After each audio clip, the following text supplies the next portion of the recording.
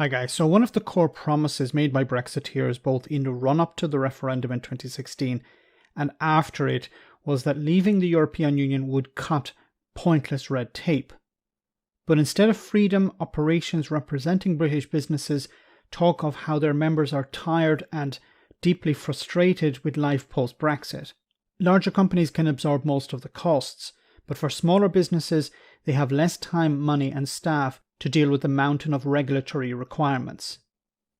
Brexiteers had promised that things would get easier, and while Boris Johnson was tempting his support base with the idea of a no-deal Brexit back in 2020, the realities of being a third country and the export rules and customs that follow from that have been really hard for many companies to adapt to. The Financial Times spoke to a number of people who either run businesses or represent them. Mike Cherry, who is the chair of the Federation of Small Businesses, told the paper small firms were promised that one upside of leaving the EU would be reduced red tape. They live in hope of delivery. The British Chamber of Commerce had something similar to say. In a report it commissioned to see how things have gone in the first year of the TCA, the organisation discovered almost half of its members have struggled to trade with the European Union. The problems are twofold. One is EU paperwork, the other is on the UK side. The UKCA Quality Control Mark and the new chemical safety database called REACH have meant that companies have had to do work twice, sometimes even for the same thing. This meant more costs and more time lost. The reason for the new requirement is because the UK lost its position as the centre for regulatory and certification standards when it was part of the single market. The UK used to set the standard for the EU, now it's setting the standard for itself. It's estimated that REACH would cost somewhere in the range of £1 billion. This is £1 billion to create, not reduce red tape.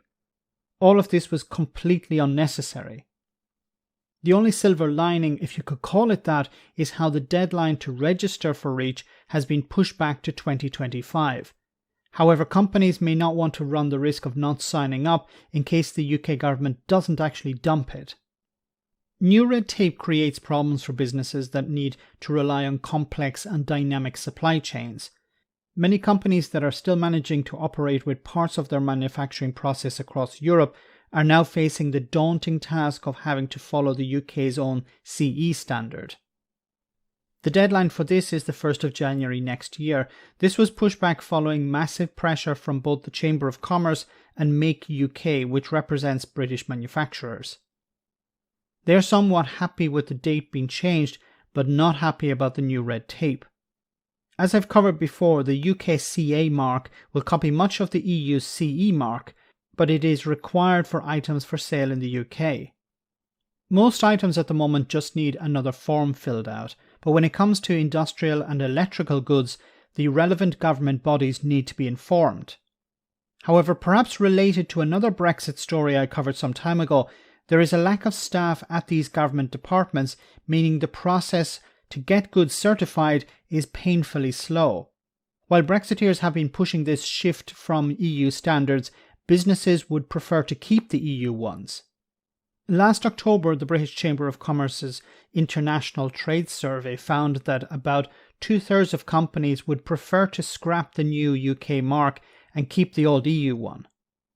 Fergus McReynolds, a spokesman for Make UK, said, "Creating parallel regulatory environments only creates additional bureaucracy and cost, which is likely to damage the competitiveness of UK companies in international markets." Businesses and their representatives have been asking for Boris Johnson's government to seek mutual recognised agreements with the EU.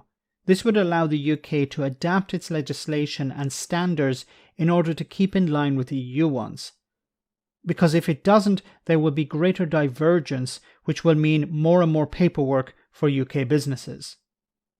Let me know in the comment section, guys, what you think. As always, your comments are greatly appreciated. Thanks a lot.